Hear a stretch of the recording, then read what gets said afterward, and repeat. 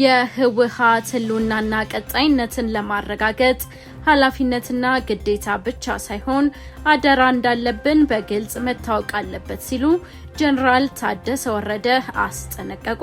ህወሓትን ለማጥፋት የሚጥሩ የፖለቲካ ዲቃላ ናቸው ሲሉም ጀነራሉ ተሳድበዋል።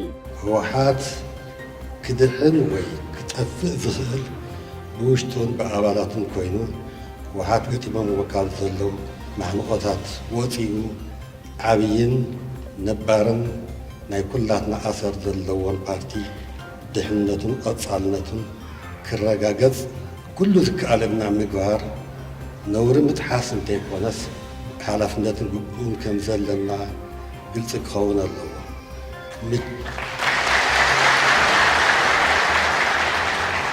ምቹው ኩነታት ኢልካ ክተጥፍእ ምጽዓር ጥራሕ እዩ ድቓላ ፖለቲካ ዝኸውን።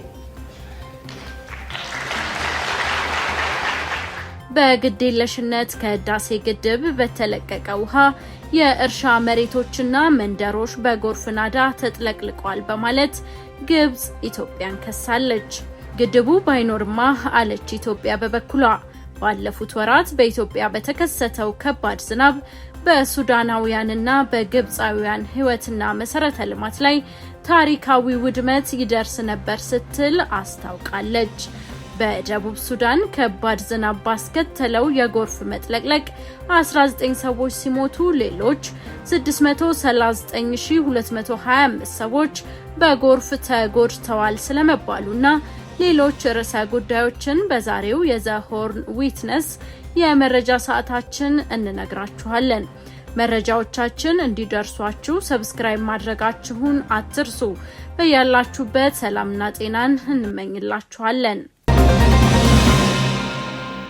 የህወሓት ህልውናና ቀጣይነትን ለማረጋገጥ ኃላፊነትና ግዴታ ብቻ ሳይሆን አደራ እንዳለብን በግልጽ መታወቅ አለበት ሲሉ የትግራይ ክልል ጊዜያዊ አስተዳደር ፕሬዝዳንት ጀነራል ታደሰ ወረደ አስታወቁ። የህወሓት መዳንና መጥፋት በአባላቱ ይወሰናል ያሉት የጊዜያዊ አስተዳደሩ ፕሬዝዳንት ህወሓት አሻራችንን ያኖርንበት ታላቅና ነባር ፓርቲ ነው ሲሉም ገልጸዋል። የፓርቲው ቀጣይ ህልውናን ለማረጋገጥ መስራት ነውር አይደለም ያሉት ጀነራል ታደሰ ወረደ ለዚህም ኃላፊነትና ግዴታ ብቻ ሳይሆን አደራ እንዳለብን በግልጽ መታወቅ አለበት ብለዋል።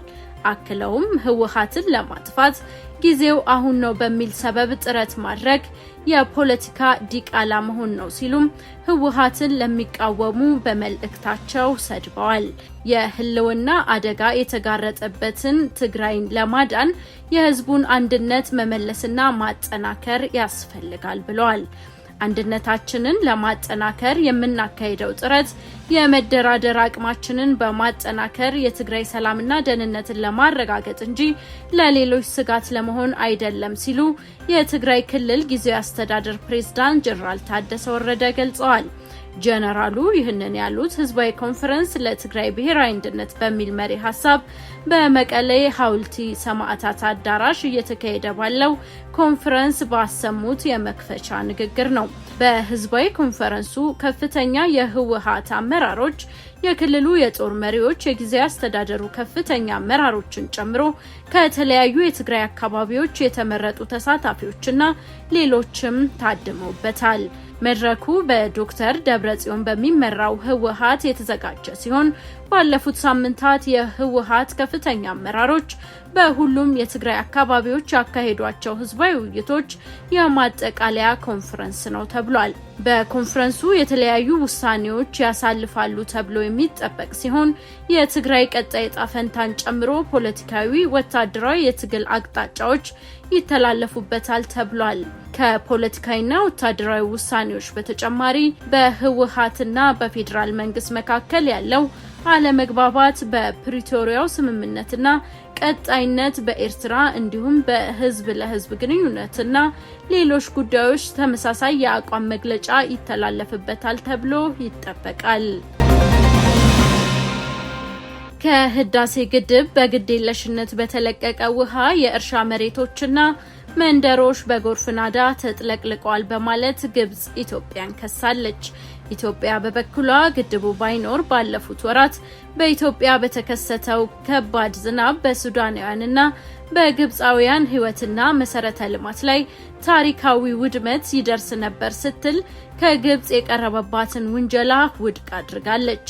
ግብፅ በአባይ ወንዝ የውሃ መጠን መጨመርና የጎርፍ ናዳ ምክንያት በሄራና ሜኑፊያ አውራጃዎች በጎርፍ ተጥለቅልቀዋል ስትል በኢትዮጵያ ወቀሳ አቅርባለች። በጎርፍ አደጋው የእርሻ መሬቶችን ጨምሮ በወንዝ ዳር በተገነቡ መንደሮችና ቤቶች ጉዳት መድረሱን አሶሺየትድ ፕሬስ የዘገበ ሲሆን የአሽሞን ገበሬዎችና ነዋሪዎች መሬታቸውንና ቤታቸውን በአስቸኳይ ለቀው እንዲወጡ ማሳሰቢያ ተሰጥቷቸዋል ተብሏል። የኢትዮጵያ የውሃና ኢነርጂ ሚኒስቴር መስከረም 24 2018 ዓ.ም ባወጣው መግለጫ ግብፅ ሐሰት፣ ተንኮልና ቅራኔ የተሞላበት የተዛባ ረዥም መግለጫ አውጥታለች ሲል ስሞታ አቅርቧል። ዓለም አቀፉን ማህበረሰብ ለማሳሳት እንዲሁም ሐሰተኛ የተጎጂነት ትርክት ለመፍጠር ያለመ እንደሆነ በመጥቀስ ሚኒስቴር መስሪያ ቤቱ የግብፅን መግለጫ ውድቅ አድርጎታል። የህዳሴ ግድብን ህገወጥ ስትል የጠራችው ግብፅ የግድቡ አስተዳደር በወሰደው ግዴለሽ እርምጃ የተነሳ ኢንዱስትሪያል ጎርፍ ተከስቷል ስትል መስከረም 23 ባወጣችው መግለጫ ክስ አቅርባለች። የግብፅ መግለጫ ኢትዮጵያ የህዳሴ ግድብ ምረቃ ቀን ውሃ ሲፈስ ለማሳየት ስትል ከሚጠበቀው በላይ መጠን ያለው ውሃ ይዛ ነበር በማለት ይወነጅላል። ምረቃው በተከናወነ ማግስት የግድቡ አስተዳዳሪዎች በአንድ ቀን ውስጥ 485 ሚሊዮን ሜትር ኪዩቢክ የደረሰ ከፍተኛ መጠን ያለው ውሃ ለመልቀቅ ወሰኑ ብሏል። ይህ የኢትዮጵያ ድንገተኛ ውሃ አለቃቀቅ ከሌሎች ምክንያቶች ጋር ተዳምሮ በሱዳን የእርሻ መሬቶችና በርካታ መንደሮች በጎርፍ ናዳ እንዲጥለቀለቁ ማድረጉን በመጥቀስ ከሷል። የግብፅ መንግስት ተቋማት በታላቁ የኢትዮጵያ ህዳሴ ግድብና በአባይ ወንዝ ላይ የውሸት መግለጫ በማውጣት ዋና ተዋናይ ሆነዋል ሲል በመግለጫው ያመላከተው የኢትዮጵያ የውሃና ኢነርጂ ሚኒስቴር በግብፅ በኩል የቀረቡት ውንጀላዎች ተንኮል ያዘሉና መሰረት የለሽ ናቸው ብሏል። ሚኒስቴሩ ግድቡን ከመገንባቱ በፊት ከፍተኛውን የጎርፍ መጥለቅለቅ በነሐሴ ወር በቀን ከ800 በመስከረም ወር ደግሞ ከ750 ሚሊዮን ኪዩቢክ ሜትር በላይ ይደርስ እንደነበር በመግለጫው አውስቷል። ይህ ቁጥር በነሐሴ 2017 ዓ.ም በአማካኝ ወደ 154.7 በመስከረም ደግሞ 472 ሚሊዮን ኪዩቢክ ሜትር ዝቅ ማለቱን አስረድቷል። አሃዛዊ ለውጡ የታችኛውን የተፋሰስ ሀገራት ሕይወትና ንብረት ከአስከፊ ጎርፍ እንዲጠበቁ ማድረጉን ገልጿል። አክሎም ታላቁ የኢትዮጵያ ህዳሴ ግድብ ባይኖር ባለፉት ጥቂት ወራት በኢትዮጵያ ደጋማ አካባቢዎች የተከሰተው ከባድ ዝናብ በሱዳንና በግብፅ በሰው ሕይወትና በመሰረተ ልማት ላይ ታሪካዊ ጥፋት ሊያስከትል ይችል ነበር በማለትም የግድቡን ጥቅም አንስቷል። የሱዳን የግብርናና መስኖ ሚኒስቴር የጎርፍ ዋነኛ ምክንያት ከኢትዮጵያ ጋር ምንም ግንኙነት የሌለው የናይል ገባር ከሆነው ከነጭ አባይ የሚወጣ የውሃ ፍሰት መጨመር እንደሆነ መግለጻቸውንም በመግለጫው ተጠቅሷል። አክሎም ታላቁ የኢትዮጵያ ህዳሴ ግድብ ባይኖር ባለፉት ጥቂት ወራት በኢትዮጵያ ደጋማ አካባቢዎች የተከሰተው ከባድ ዝናብ በሱዳንና በግብፅ በሰው ሕይወትና በመሰረተ ልማት ላይ ታሪካዊ ጥፋት ሊያስከትል ይችል ነበር በማለትም የግድቡን ጥቅም አንስቷል። የሱዳን የግብርናና መስኖ ሚኒስቴር የጎርፉ ዋነኛ ምክንያት ከኢትዮጵያ ጋር ምንም ግንኙነት የሌለው የናይል ገባር ከሆነው ከነጭ አባይ የሚወጣ የውሃ ፍሰት መጨመር እንደሆነ መግለጻቸውንም በመግለጫው ተጠቅሷል። በተጨማሪም የሱዳን ባለስልጣናት የፍሰት መጨመሩ ከአየር ንብረት ለውጥ ጋር በተገናኘ የዝናብ መጠን መቀያየር የተከሰተ ሊሆን እንደሚችል እንዲሁም በሀገሪቱ እየተካሄደ ያለው ግጭት መሰረተ ልማቶች ላይ ያደረሱት ጉዳት ለሁኔታው መባባስ አስተዋጽኦ ማድረጉን እንደተናገሩ ዘርዝሯል። ሚኒስቴር መስሪያ ቤቱ ኢትዮጵያ የሃይድሮ ኤሌክትሪክ ግድቦችን በመገንባትና በማስተዳደር ረገድ የረዥም ጊዜ ልምድ ያካበተች ሀገር ነች። ህዳሴን ጨምሮ ግድቦቿን በማስተዳደር ረገድ ያላትን ከፍተኛ የሙያ ደረጃ እያስጠበቀች ትቀጥላለች ብሏል። ከቀናት በፊት ግብጽ ኢትዮጵያ የግብጻውያንን ሕይወት በማስፈራራት ጊዜ ለመግደል ብትሞክርም ግብጽ መብቶቿን ለማስጠበቅ ወደ ኋላ አትልም ስትል ዝታለች። ኢትዮጵያ በበኩሏ በቀጠናው ሰላምና መረጋጋት እንዳይኖር የጦር መሳሪያ እያስታጠቀች ሰላም ይነስታኛለች ስትል ግብጽን ወንጅላለች። ከባድ ዝናብ ባስከተለው የጎርፍ መጥለቅለቅ በደቡብ ሱዳን 19 ሰዎች መሞታቸውንና ሌሎች 639225 ሰዎች በጎርፍ ተጎድተዋል ተባለ። በደቡብ ሱዳን ከባድ ዝናብ ባስከተለው የጎርፍ መጥለቅለቅ ምክንያት 19 ሰዎች ለህልፈት የተዳረጉ ሲሆን በ6 ግዛቶች በሚገኙ 26 ወረዳዎች ውስጥ የሚገኙ 639225 የሚገመቱ ሌሎች ሰዎች በጎርፍ መጎዳታቸውን የተባበሩት መንግስታት የሰብአዊ እርዳታ ድርጅት አስታውቋል። የተባበሩት መንግስታት የሰብአዊ ጉዳዮች ማስተባበሪያ ጽሕፈት ቤት እንዳለው 175000 የሚጠጉ ሰዎች ከመኖሪያ ተፈናቅሏል፣ በ16 ወረዳዎች ተጠልለው ይገኛሉም ብሏል። ኦቻ በደቡብ ሱዳን ዋና ከተማ በሆነችው ጁባ በቅርቡ ባወጣው የሰብአዊ እርዳታ ሪፖርት ወባ፣ የመተንፈሻ አካላት ኢንፌክሽኖችና ተቅማጥ የመሳሰሉ የጤና እክሎች የሚያስከትሉ አደጋ እየጨመረ መምጣቱን አስታውቆ ነበር። 121 የጤና ተቋማት ጉዳት እንደደረሰባቸው በሪፖርቱ ተመላክቷል። ሪፖርቱ ከመውጣቱ በፊት በጥቅምት እስከ ህዳር በሚከሰተው ከፍተኛ የዝናብ መጠን 1.4 ሚሊዮን የሚገመቱ ደቡብ ሱዳናውያን ለጎርፍ አደጋ ተጋላጭ ናቸው በማለት ሴቭ ዘ ችልድረን ባወጣው ሪፖርት ስጋቱን አሳውቋል።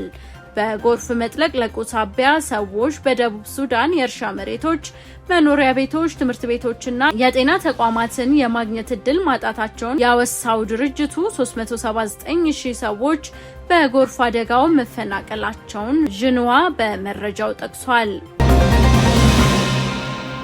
ሐማስ የተቀሩትን እስራኤላውያን ታጋቾች ለመልቀቅ መስማማቱን ገልጾ በሰላም እቅዱ ላይ ተጨማሪ ድርድር እንደሚያስፈልግ አስታውቋል።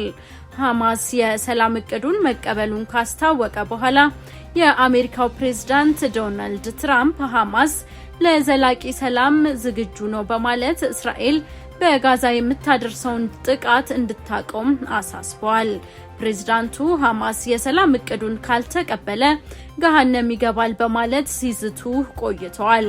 የእስራኤል ጠቅላይ ሚኒስትር ቤንያሚን ኔታንያሁ የሰላም እቅዱን የመጀመሪያ ምዕራፍ ለመተግበር ዝግጁ መሆናቸውን ቢገልጹም ትራምፕ ካስቀመጣቸው 20 ነጥቦች መካከል የትኞቹን እንደሚተገብሩ ግልጽ አይደለም።